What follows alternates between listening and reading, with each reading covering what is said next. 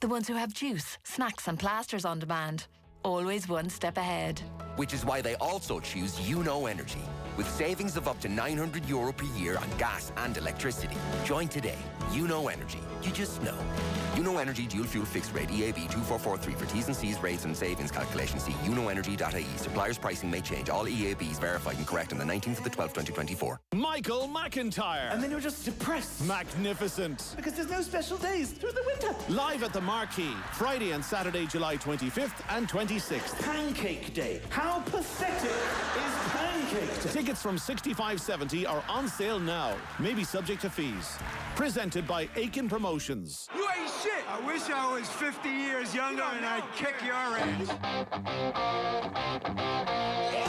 Well, fans can be the harshest critics, you know. And they often are. A wife is often the harshest critic of her husband. I thought I was invincible. That's what you're trained to believe as a sports person. There was 4 million people in Ireland who knew much more about managing football teams than I did. When it comes to music, I can spoof with the best. Your sporting career is the best time you'll have, and you know you have to hang on to it for as long as you like, because everything else is pretty crappy. And this is not lies. Stephen Rothschild has never spoken to Jimmy McGuinness in his life. And you're welcome back to Off the Ball Saturday here on News Talk. John Duggan with you 3 to 5. You can WhatsApp us today 0879 180 180 or text us 53106 at a cost of 30 cents. This is the Saturday panel. Next Saturday marks International Women's Day. From this Monday to next Sunday, governing body Sport Ireland is hosting Women in Sport Week for the 5th time.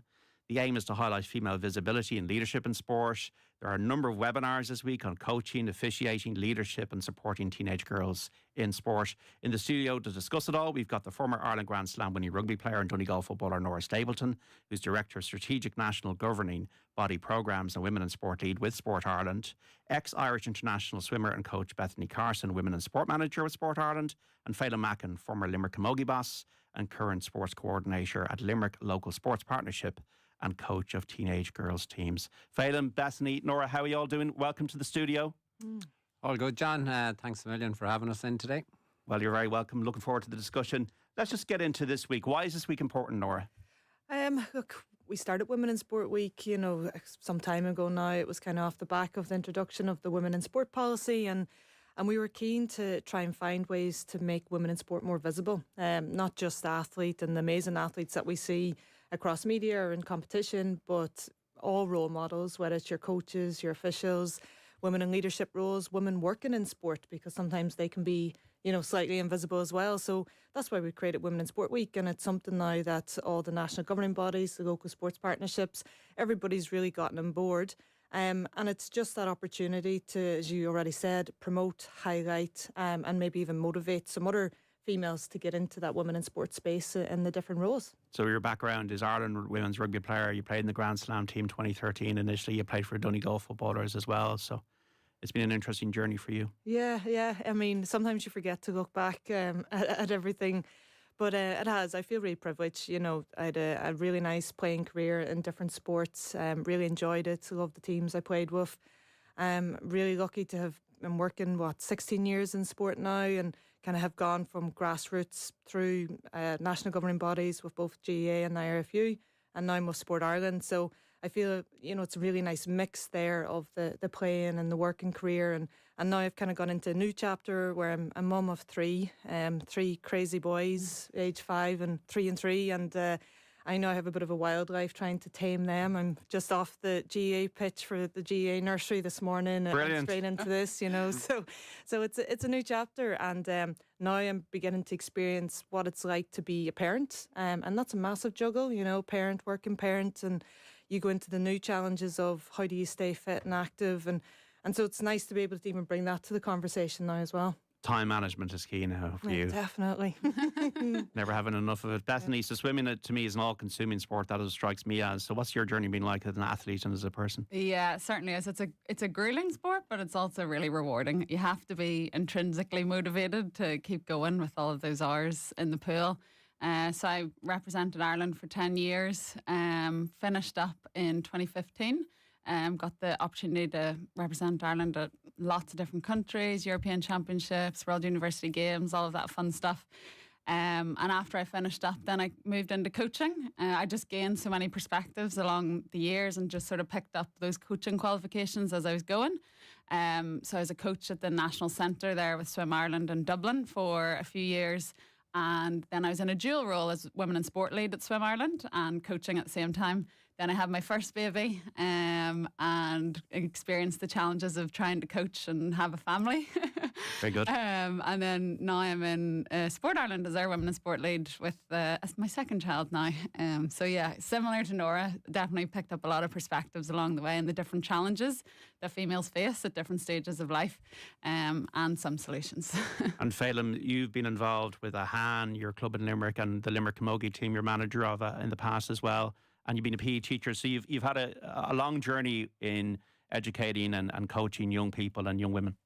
Yeah, absolutely. I came to Limerick in 1986. A Mayo man came down to Limerick to study physical education and have pretty much kept Limerick as my base ever since. And then unfortunately turned my back on Gaelic football and kind of completely got immersed in hurling, and have kind of had a really good number of years been involved in coaching and supporting and the fitness elements of that, and also in the coaching element.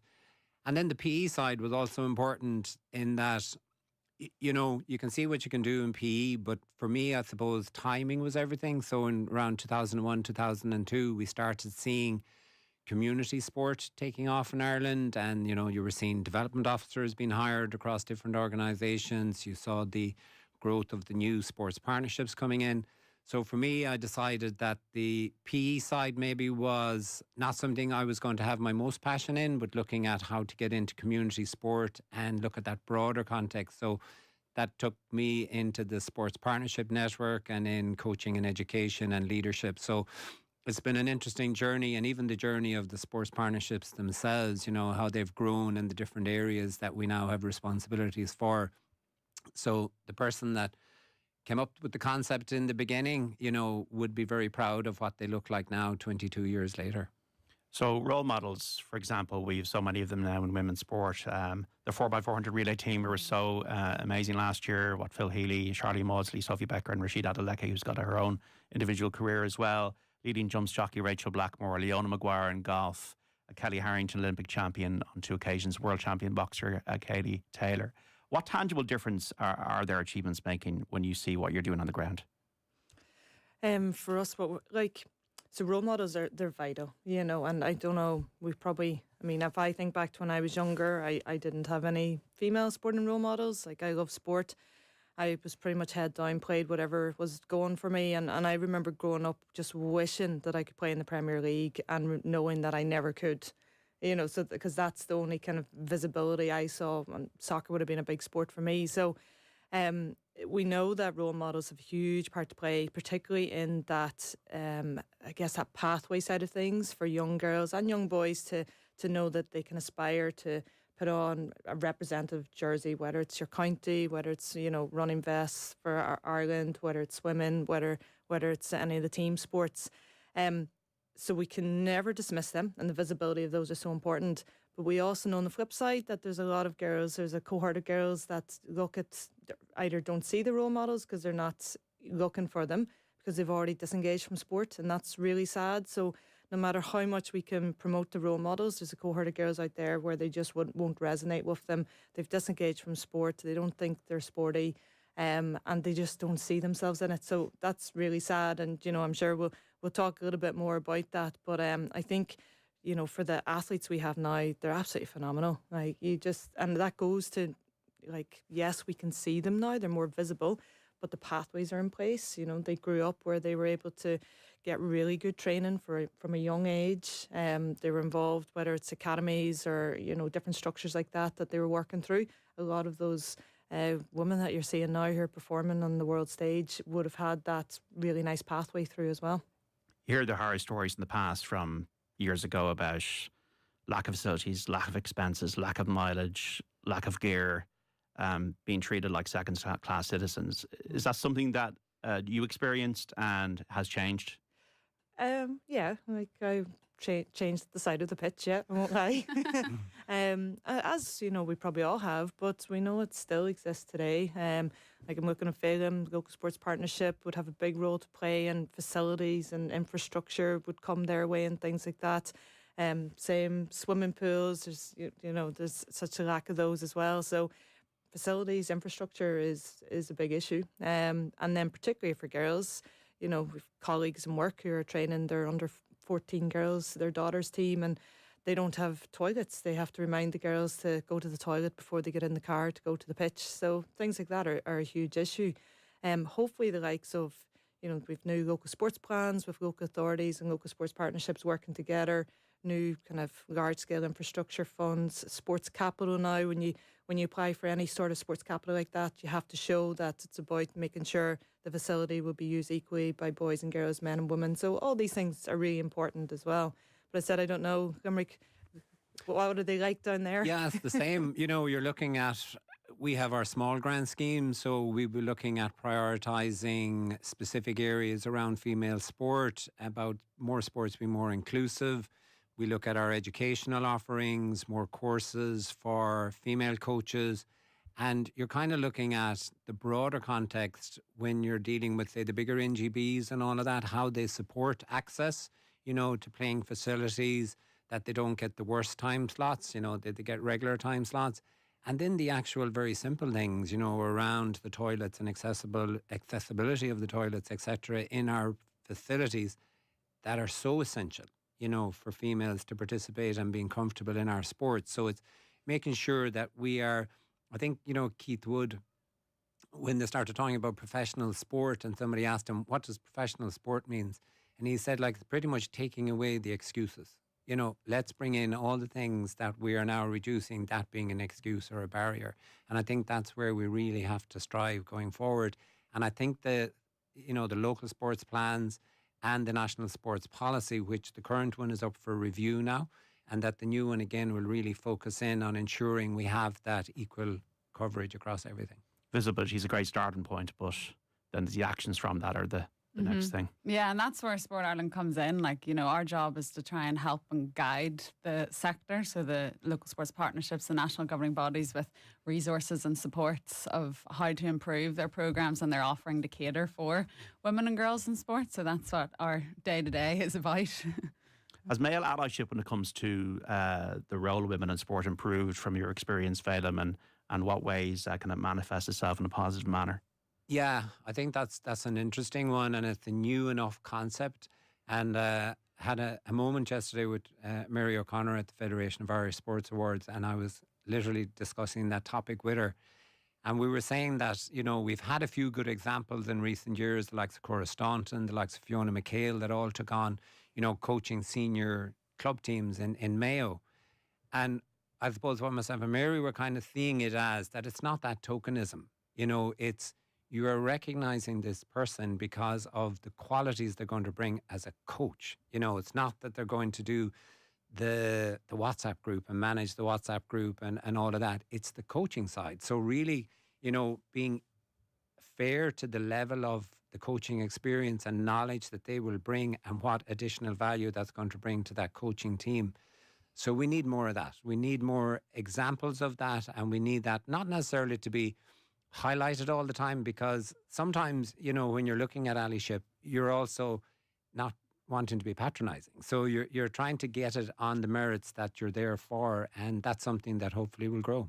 What's the biggest thing for you? Sorry, go on. No, I was just going to say, I think Phelim is probably an example of that male allyship piece, so he's, through all the work that he's doing, coaching, the support then that he provides to his female colleagues, making sure that when they, the work that they're putting in, the programmes they deliver, they get the credit for it as well. Those things are so important. And that goes across the board. I think when it comes to supporting women, whether it's we've some really nice research in the leadership space, where the people who answered the question, where women answered the question, said, look, I won't lie, when a man stands behind you, has your back and promotes you, unfortunately, it still holds so much stronger than when a woman does it.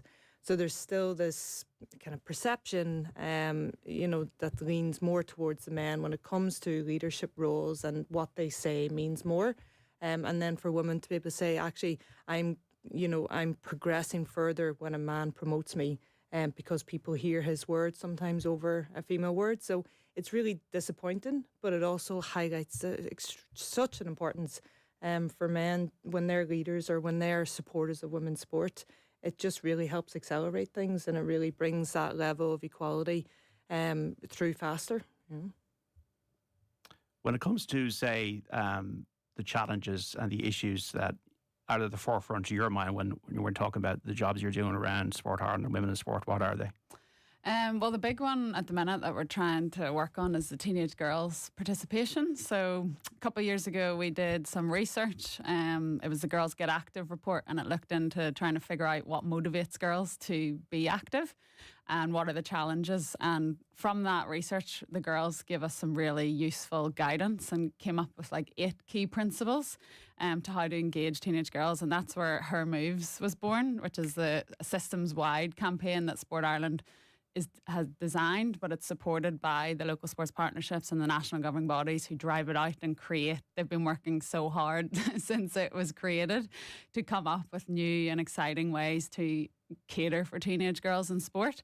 So a lot of the challenges that came out, and you might have seen on the International Day of the Girl last year, and we released a video called It's Complicated, and that came about by the whole thing about Her Moves is that it's by the girls for the girls. So we have to talk to the girls if we're creating a program for them or creating a team. And we asked them to write a breakup letter to sport, and through that they came out with this like amazing content for a video, and it was all about these challenges that they're facing. So menstruation in sport, the shouty coach, balancing study and sport or whatever extracurricular activity they're doing.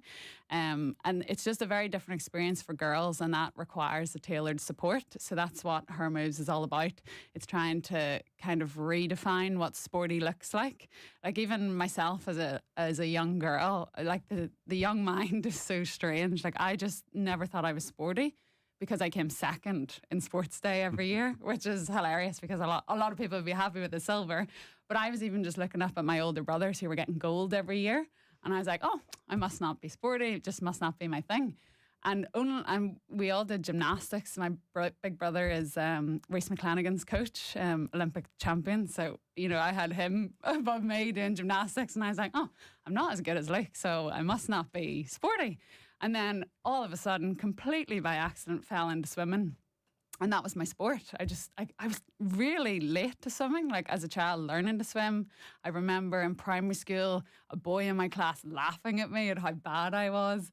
And then 2 years later, I'm into the club and I'm shooting up and leaving that kid in the dust. But, just that, if I had never had that experience to change from my mind thinking I'm not sporty, it must not be my thing, to then going on to become an international swimmer for 10 years. Like, it's just, we need to engage, especially girls. Like I say, boys and girls, there is a dropout rate, but what we're seeing between primary school and secondary school is there's a 29% drop of girls participating in sport compared to a 10% drop in boys. Now, that's not good either, but the girls is where our focus is, obviously. So, yeah, we've got a real opportunity to engage those girls. I think as well, John, that's what's really important is the activity type. How much opportunities they have. We have our traditional games, which are fantastic and that are in every village and town and county. But not everybody is going to be a hurler, a Gaelic footballer, or a camogie player. So, for example, in our area in Ahan, our proximity to the University of Limerick, we have athletics, gymnastics, swimming, basketball, archery, hockey. You can literally take your pick.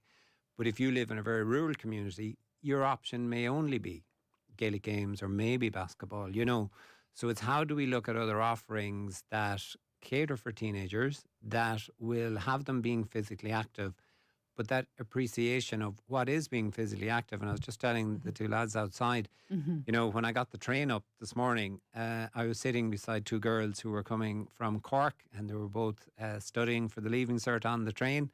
They had their notes out. So I got chatting to them and said, I'm coming up to talk on the radio about, women in sport. And I asked them, how was their journey in sport? And it was so amazing that both of them told me that they were not sporty. They don't do sport. That they didn't really like sport in primary school.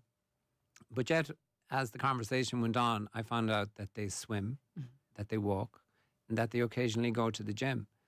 But nowhere in the conversation did they consider that. So they sporting. differentiated sport from activity. Absolutely, absolutely. And we were saying, is that part of our problem in some of the ways? You know, sports partnerships, even though, you know, we target everybody from preschool to older adults, but yet that's a motivating factor, we were saying, for older people to come to the program saying, my team, my activity, I'm sporty today, I'm going to my classes, I'm going to my sports.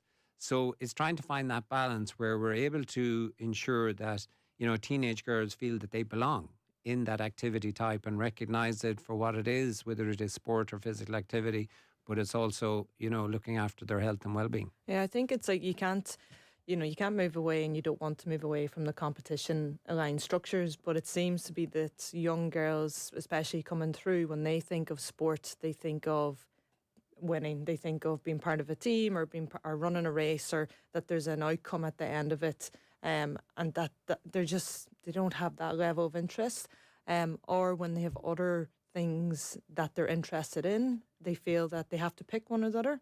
So we find when we talk to the girls is, look, I don't have time to be the player that the coach wants me to be, or at the skill level that I need to be, and I feel like I'm not good enough, and I feel like the other girls don't think I'm good enough, so I'm just going to leave. So there's nothing in between there for that person to stay engaged, stay attached to a sport or a couple of sports, even to bring them through those teenage years where there's so many other things that they're juggling.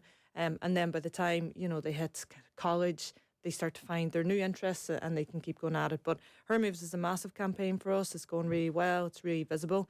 And definitely, if anyone's listening in, you know, have a look at some of the social media stuff. hermoves.ie is the hub there. There's a heap of resources, and people will definitely see a lot more of that as the week goes on. It seems to me that the definition of success is massive around this.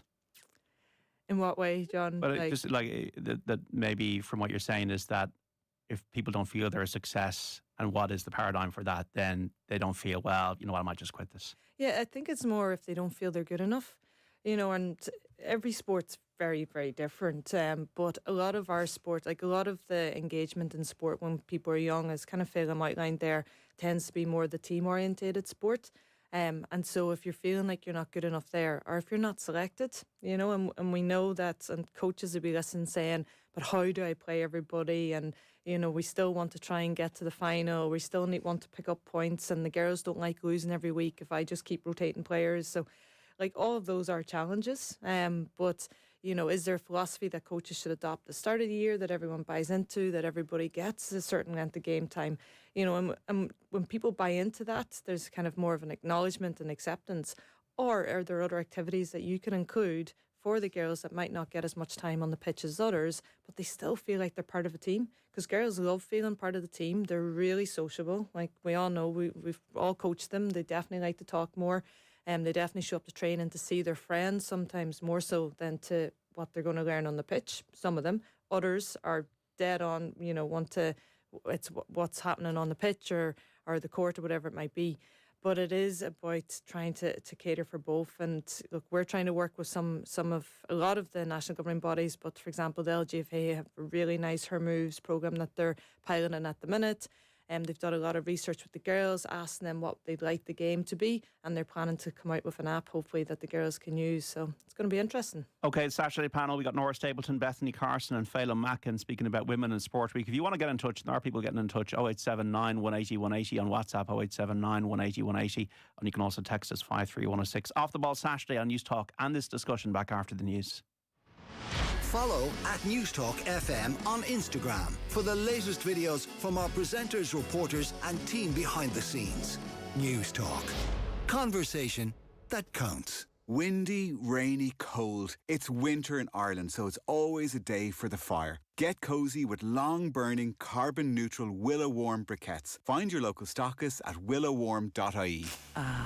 Willow Warm briquettes.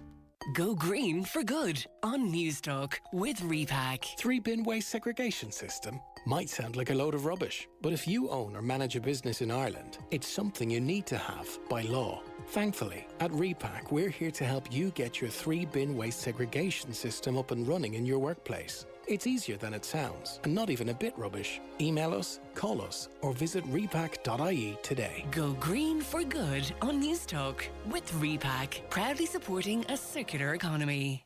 VHI Multi-Trip Travel Insurance is your passport to peace of mind. Lost baggage in Beijing? Hotel cancellation in Cavan?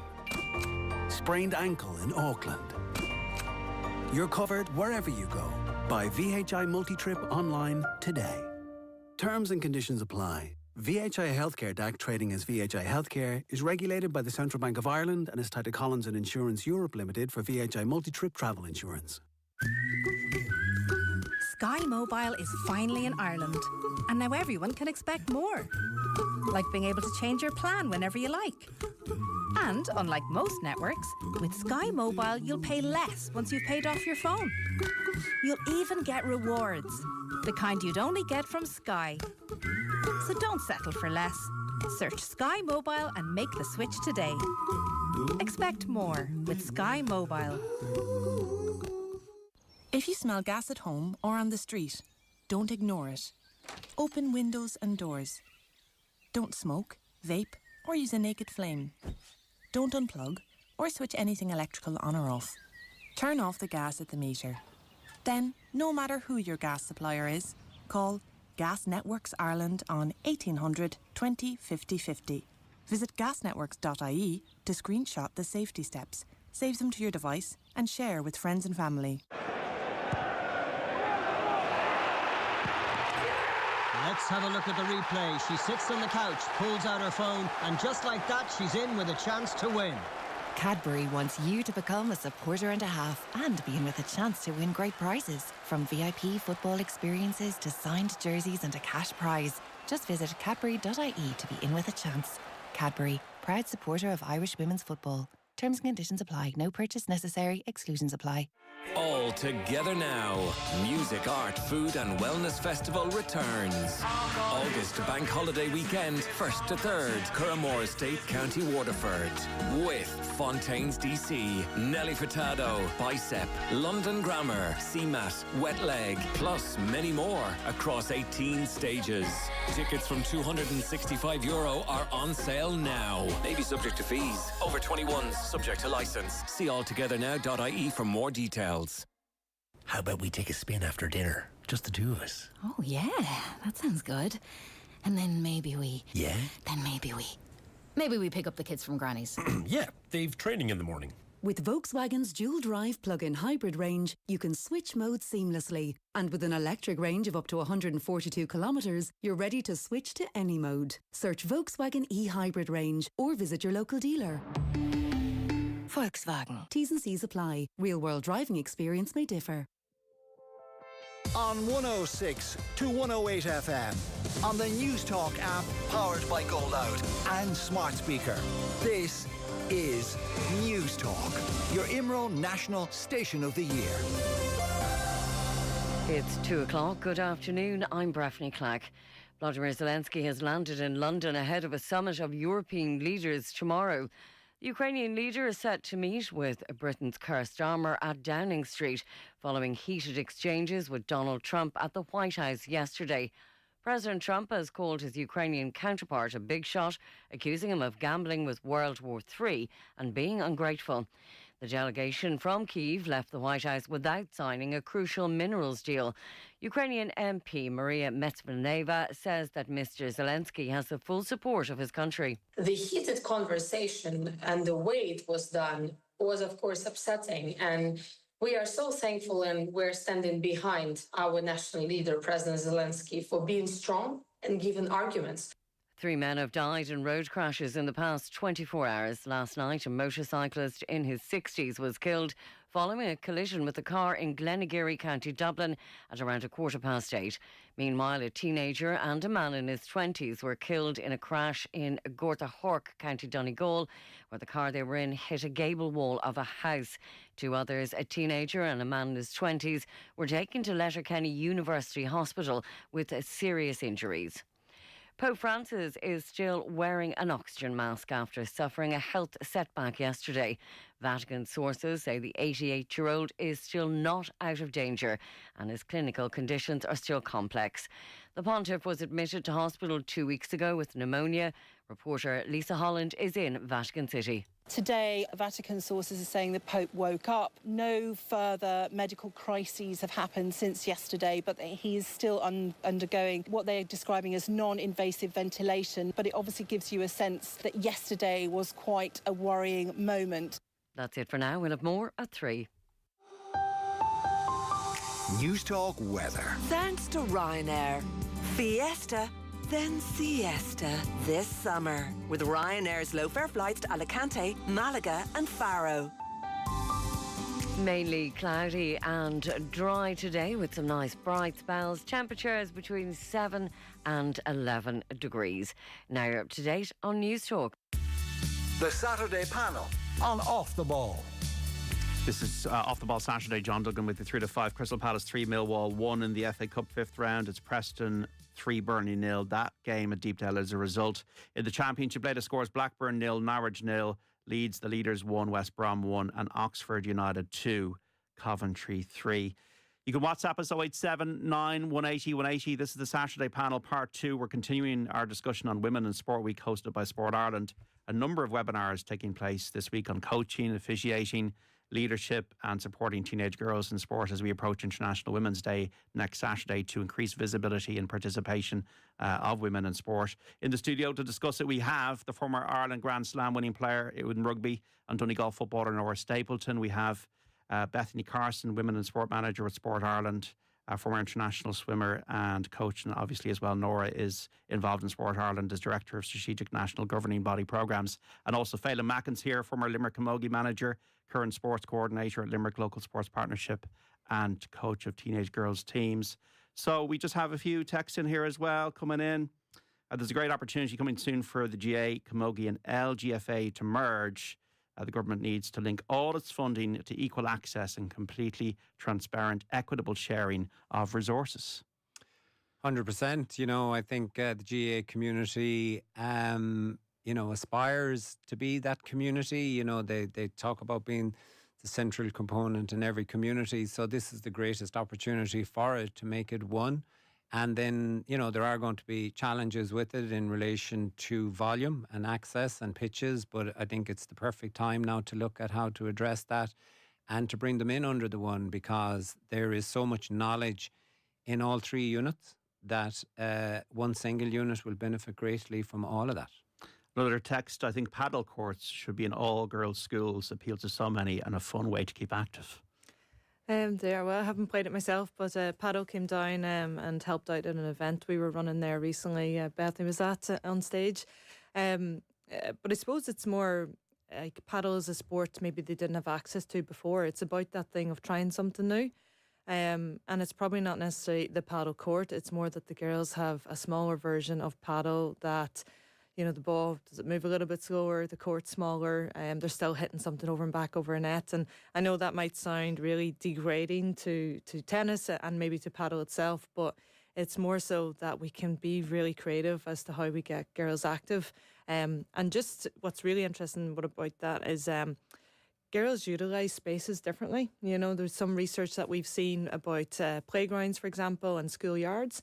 And when they measure they look at, so they put a tag on all the kids and they look at their movement across the playground.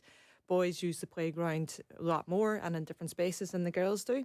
So we've never done that type of in-depth analysis here in Ireland, but it just shows you like spaces that are being created for boys and girls. Sometimes it's not the same, and everybody uses stuff differently, and we need to be more aware of that, I think. You've all these webinars coming up this week. There's one on coaching. You mentioned there before the break on the shouty coaches and how they can maybe put girls off sport, and like in terms of the correct way to coach, and what will be the I suppose the knowledge gaps and things to get out of this. Yeah, I mean, and like the shouty coach, it's not it depends what you're shouting, you know. So it's all about communication strategies, and like every coach goes through their own journey of finding their style. So you'll find a lot of coaches might start off as a shouty coach, and then they actually start to learn their own style and becoming more confident in themselves. So yeah, Tuesday we've got a really cool webinar planned. So we are doing Coaching the Female Athlete. It's free, so anybody can book on. It's taking place at 8 p.m, so hopefully after all training is finished. And we're being joined by 3 speakers.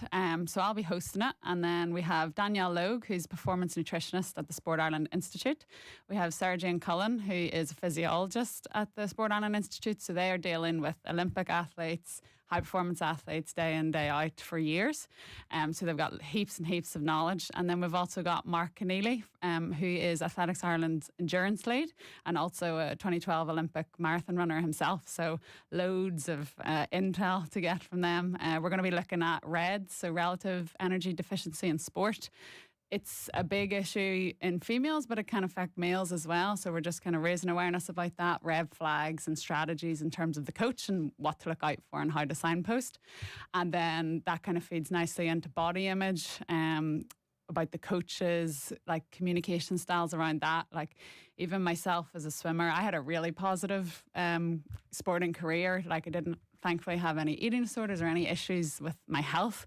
But I even remember, you know, I'd come out on the poolside, you're quite exposed as a swimmer, you're in very little clothes a lot of the time. And coaches would often say, oh, geez, you look great. Like, you're so fit. Like, you're looking really, really fit. Best of luck this weekend. And I'm like, okay, that's great. And then if I was at the next competition and they didn't say that, then I'm wondering, oh no, am I not looking fit? So even positive remarks can also have like that ripple effect.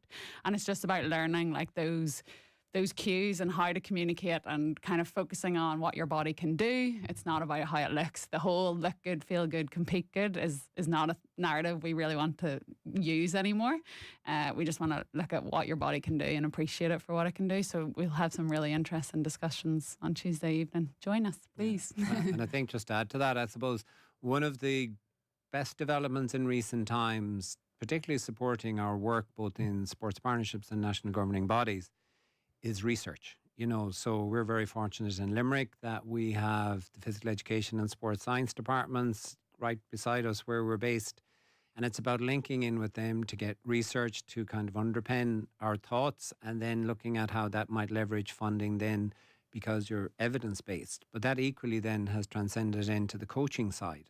So on top of all our sports-specific national governing body sports, we now have a suite of coaching children, coaching teenage girls and coaching young people that is also layered on top of the NGB specific coach education.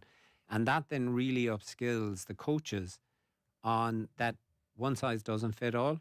You know, for example, if we look at coaching, which is the why, the how and the what, a lot of the time when you're coaching men's teams, they want the how and the what.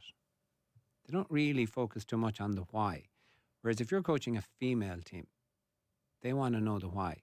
When they understand the why, they will then do the how and the what better. Mm-hmm.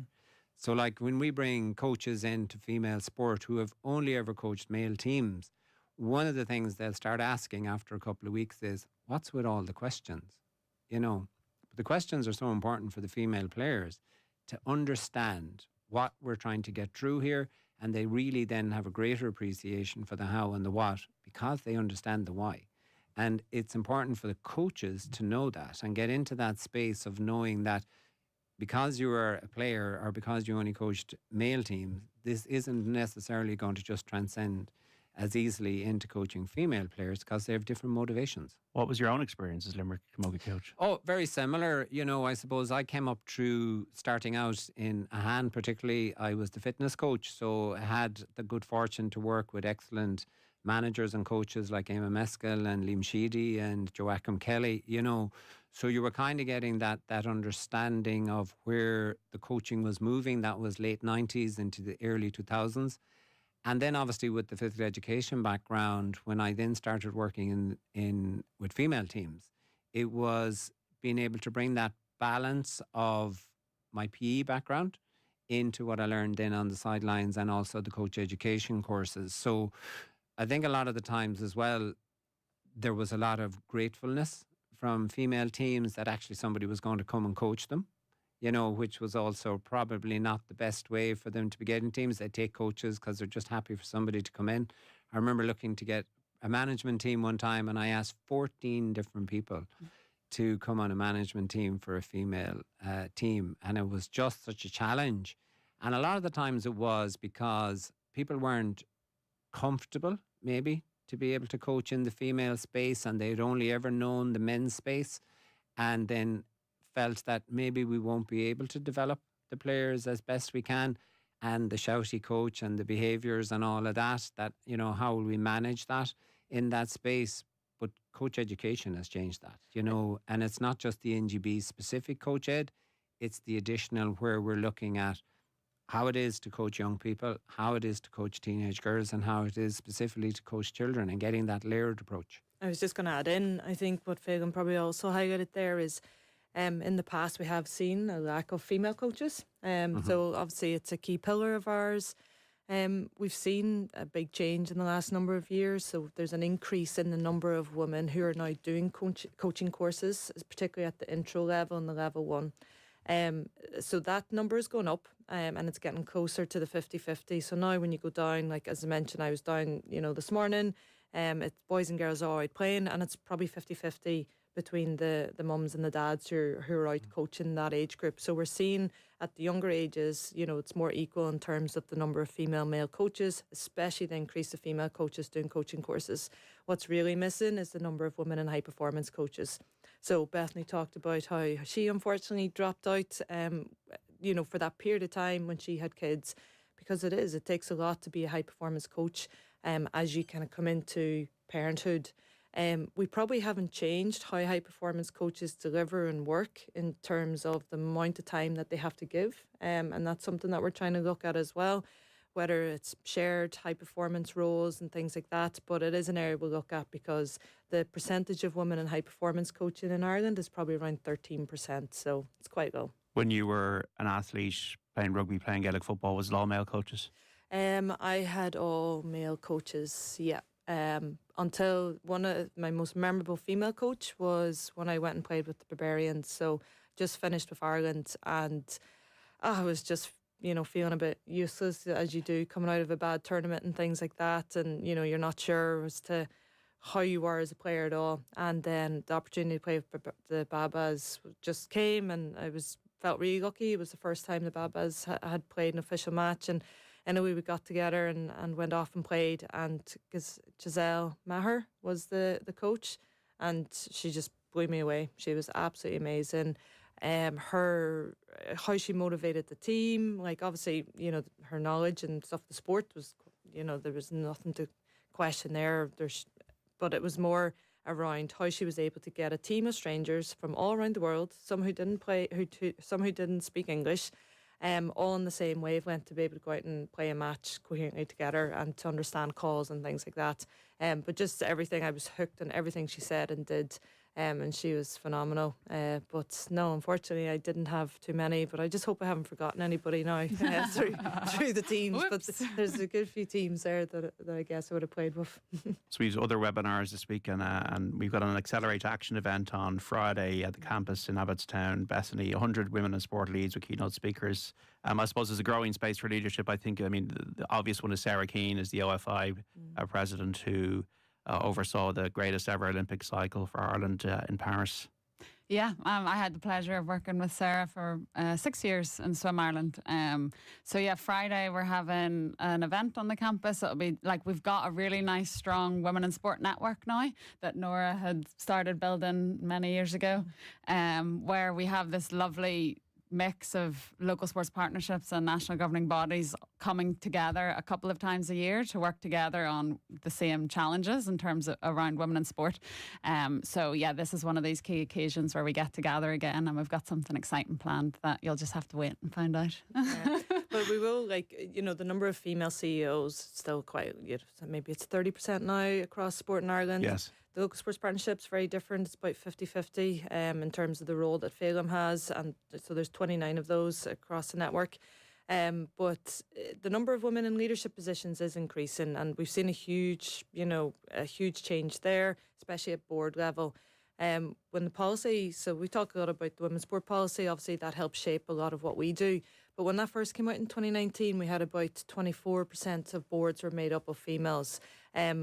we've had many interventions and a lot of support that we try and give to the sector. And now we're up at 48% of boards are made up of females. So, really it's, they're 50-50, thereabouts. A lot of all the national governing bodies and local sports partnerships all have to achieve 40%, or else it does impact their funding. But what we're seeing now is even when some of those bodies might drop under the 40, the commitment is there. And it's probably, important to highlight, like Women in Sport Week is coming up next week. We have our key themes throughout the week. International Women's Day is a big day in the calendar. But the week is more so about showing what we all do all year round, as opposed to focusing on trying to, dedicate and just do something big for this week. And I think that's what's really important. So, when it comes to leadership and it comes to women on boards, now we see that the sports sector are consciously and really aware of ensuring that they maintain that 40%. So if they lose a few female board members for whatever reason, or just, the usual term time up and things like that, they know in their recruitment who they have to try and get back onto that board to maintain the percentage. Yeah. So it's all about the commitment. And just to add to that, John, I think as well, one of the things that's important for the sports partnership as a network to look at is, creating those opportunities for women in leadership. So, thankfully, Limerick Sports Partnership, we have our VIP program, which is supporting teenagers around leadership, but both Meath and Sligo, for example, have an excellent program looking at women within the communities around promoting them into that leadership space. And I think the more exposure we have to those kind of programs will then create this greater platform of people that are going to be confident and have the skill sets to really take on that leadership role. And officiating as well, there's something on that. We've had Joy Neville, for example, in rugby. Yeah. Maggie Farrelly in Gaelic games as well. We've had both of them out before, so it's time for a few others. But yeah. And we have Claire Dowdall has just started in Sport Ireland as the officials development manager. So this is her remit, and she is absolutely delighted to get going with that. So yeah, she's hosting the webinar on Thursday night. So again, it's 8 to 9 p.m. And she'll be joined by a couple of different officials from basketball, IRFU, and LGFA. Names to be announced in the next day or so. But yeah, again, it's all about actually going back to the leadership piece again, and back to the research that we did at the end of last year. Something that I found really interesting was around that, the imposter syndrome, which we've heard a lot in recent years about females kind of suffering that lower confidence. And what we actually found in the research was it was contextual, so that females might struggle a little bit to take that first step. So whether it's to go for a promotion or to go for a new job or to take on a position on a board. But once they're in it, they're reporting their confidence is very high. They're very confident in their knowledge and their skills, and they know that they should be there. So kind of understanding that, and a reminder to everybody out there to give, whether you're a male or a female, to give that female friend or colleague the nudge to do it. I know I haven't taken one job in my life without a nudge from a friend or a colleague. So it just takes that first step, and then the women are absolutely flying it. And that's why we're seeing these improvements in leadership for women. For women in sports, say the next 5 years, what do you want to see, Nora? When it comes to the landscape here, you're in the studio today, and if you had a crystal ball with the best outcome. So what I'd actually love to see, and it kind of ties into the visibility and media side of things, I would love some sort of digital platform where every single schedule, fixture, live event, and athlete and player profiles can sit for every Irish female athlete. And I'm kind of looking at them surely there's an AI digital solution for that, but it's really it tends to be, particularly in women's sports still, if you're wondering how such and such got on, or you're looking for, you're having to Google all the time and you're constantly searching, whereas a lot of the time the male news stories are just presented in front of you, and and you keep reading from one story to the next. So I think in the next 5 years, because, look yourselves here, we can see that media organisations are trying to increase the level of coverage, and that's all definitely, it's really welcomed. But we're still probably under 10% across the board, most likely. We know in print media we are anyway. We've looked at that recently, and look, we've a lot of research coming up over this year which we'll do over the next couple of years to try and just understand the figures a little bit more. But I just think to get those stories, to see all the fixtures, all the schedules, to be up to date on everything, I would love somebody to create a platform where that's just there all the time and constantly updates. And just on the other side, what I think we will see, so I think we'll see attendance rising at match fixtures. I think there's a lot of so people now going into some of the roles are really invested in looking at how do we present a lot of our live fixtures differently. You know, the match day experience is different. And I think we're going to start seeing a lot more of that when we go to the likes of rugby, soccer, GAA, hockey, some of these live events. I think we'll see, and it'll feel different, and I think we'll see the attendance figures rise. And I do think if we look at overseas, so what's happening in other countries, you know, spectatorship is going through the roof. And what I really hope here is that we run into facility issue, because, you know, we don't have too many big stadiums. And if we have sellout for some of our main events, then there's going to be fixture clashes between men's and women's. And, you know, that's a really good problem to have. But I do think that 10, 20 years down the line, that's going to be a major problem. So for 5 years' time, what would you want to see as the best outcome for the whole landscape? Well, that was a hard one to follow, Nora. For me, like, sport has just given me so much that I would hate to think that there are girls and boys out there that wouldn't have the opportunity to try it and take part.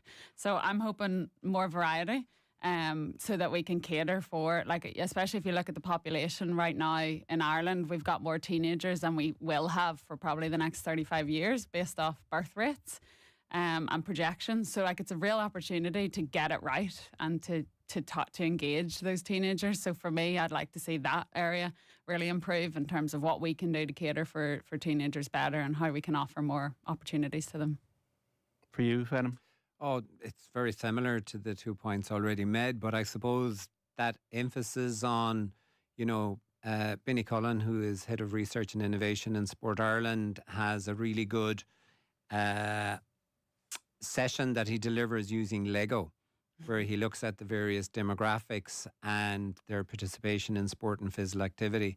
So he has set us a challenge that we really have to hone in on the 13 to 35-year-olds at the moment, that if we can engage them in meaningful physical activity and retain them in that space, then our demographic in relation to, you know, physical activity throughout the life cycle will grow immensely. And I think also as well, we have to look at the different variety and type. So even if we think of her moves, that in 5-year time, if we have her move clubs, you know, that people go to participate in meaningful physical activity, and that variety in what is the attraction. Like, we have a program in Limerick at the moment, which is called Balance and Brew. And basically the carrot of doing a bit of barista is the motivation to get them in the doors. So Laura has been rolling that out at different sites in Limerick. And the numbers are just flooding in because it's a little bit different, a little bit creative. And they are also doing the meaningful physical activity, but there is something additional in it. I know Barbara Birmingham for a good few years in Limerick also had a soccer program, but she also added in a beautician element to it. And again, the numbers, particularly in very disadvantaged areas, were growing. So we have to look at additional carrots to support and complement the programs that we're doing, because that's what motivates people who are not engaged in physical activity, because ultimately our goal is to get more people involved. So if we have to be more creative, you know, then that's the way forward. And just maybe following on what Phelim said, like, we've spoken a lot about all the different things happening, but a key thing for Sport Ireland is Women in Sport Week is pretty much down to the national governing bodies and local sports partnerships. So I would encourage anybody, you know, if they're wondering what's happening, local sports partnerships have loads of stuff going on, not just for this week, but throughout the year. So they should definitely look up, you know, their own one, and then the same with their national governing body to see, because there's a lot of webinars being hosted and events being hosted by them as well. And Phelim touched on a point around coach education for coaches of teenage girls.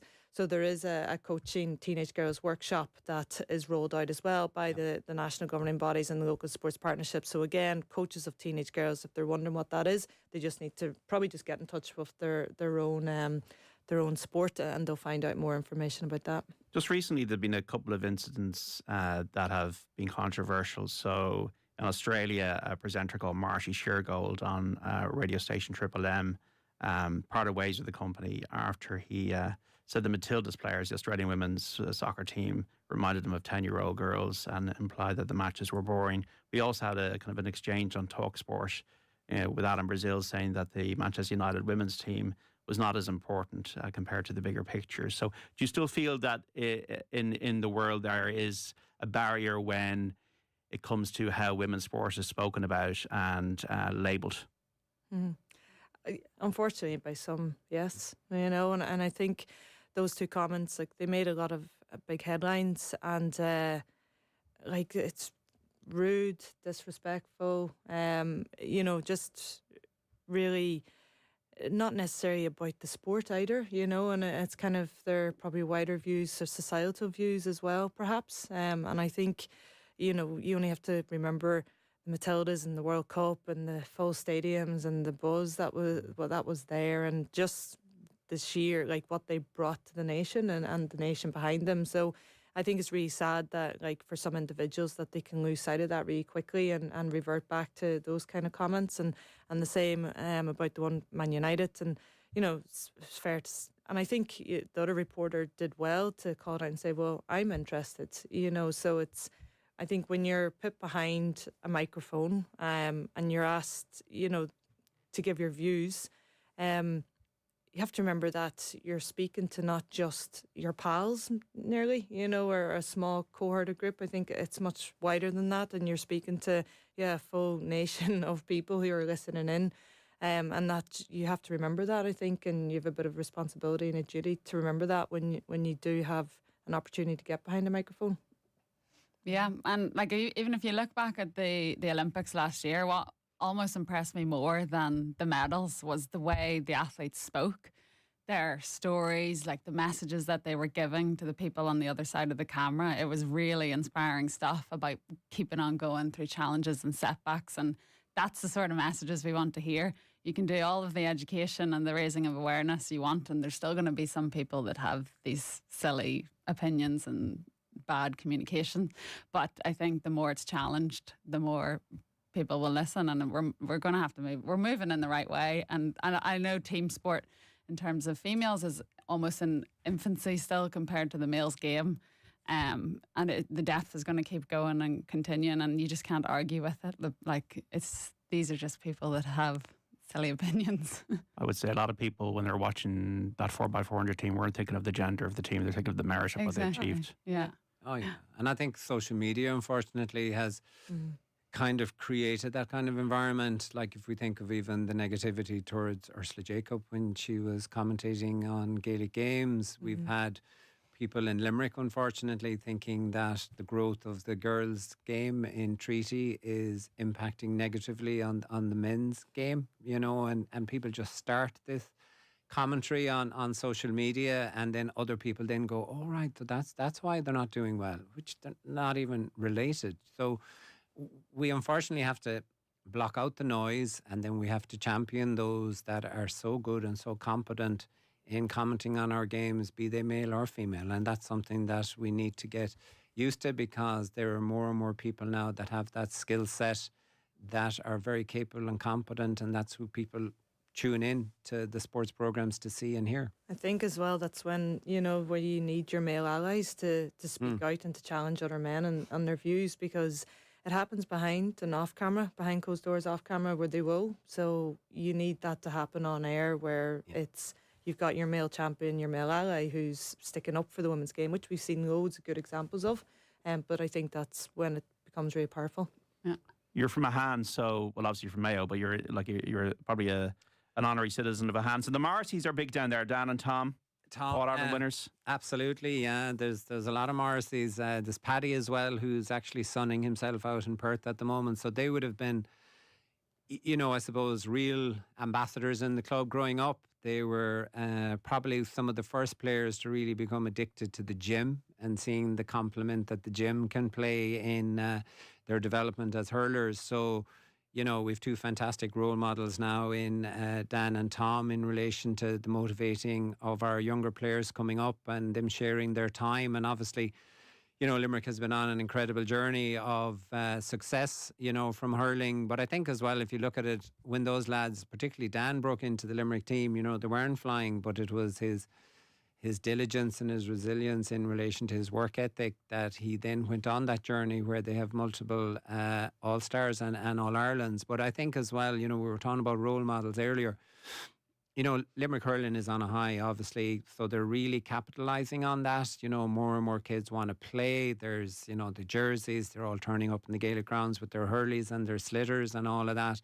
And, we need that in all our sports, So thankfully, Limerick hurling has that at the moment. And I believe, it was announced at the Core Grants Awards by John Foley that, Limerick will be back this year, So he was putting his coins on the table, being the chairperson of the board of Sport Ireland. So, we need good role models in our clubs, but they then are equally as important within our female sports as well. And thankfully we have those. We've had Niamh Mulcahy in our club, has played for many years, but then equally we've had a lady called Pauline McCarthy, which I believe ye covered a few years ago, who won a medal in her mid-50s playing camogie for St. Ailbe's. She played with a hand for a number of years. So role models come not just as superstars, but they also come as players that are just dedicated and just keep turning up every day.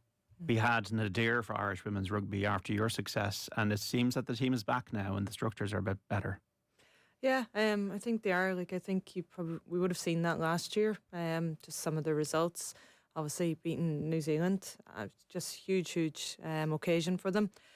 If you know anything about any sort of high performance team, they're training hard. They're thinking about their performance day in, day out, and every single player wants to get better. Obviously preparing for Six Nations and then into the World Cup later. It'd be interesting now with Lynn Cantwell in, overseeing the kind of strategic objective of the game there, working with both high performance and participation side. But there's a good commitment from the IRFU, and there has been over the last number of years, and an understanding and willingness to turn things around. And I think now that mixed with, eventually the contracts coming through, there's the underage setup, like between under 18s and under 20s, having younger teams there where girls get not even an opportunity to train at a better level, but that experience of travelling to fixture, of getting to play against other countries and suddenly realising, oh, right, I thought I was good in Ireland, but now I know what level I need to be at. All those things are really important. And I'm really looking forward to, I'm hopefully going over to Italy for the Six Nations match, and then hopefully to some of the World Cup games as well. But it's a huge year, and the team could do amazing. They really could. They've been kind of building in that direction. So fingers crossed we get some really nice results now. Luke Carson is your brother, Bethany, and he's Rhys McClanahan's coach. What happened on the day of the Olympic gold medal with you? Oh my goodness, there was a lot of emotions. So I was unfortunately not over in Paris. I was with the kids. We actually ended up going on we're coming back from a family holiday.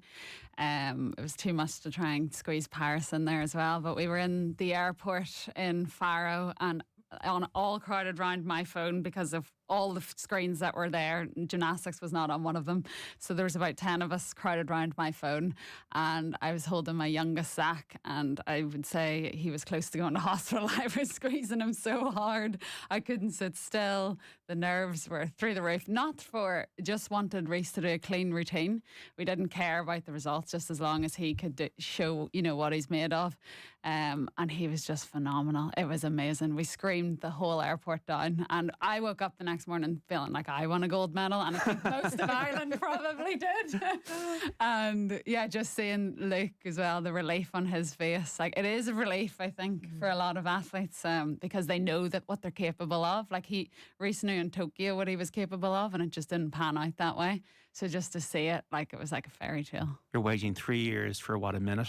Yeah. It is you amazing. You get one chance and it's judged. It's a grueling sport as well. Me and Luke have often had arguments over which is harder, swimming or gymnastics. So we haven't got an answer yet. But well, Luke played his part and Rhys did as well, and a gold medal and captured the nation. Bethany Carson, Nora Stapleton, Phelim Macken, thank you so much for coming in.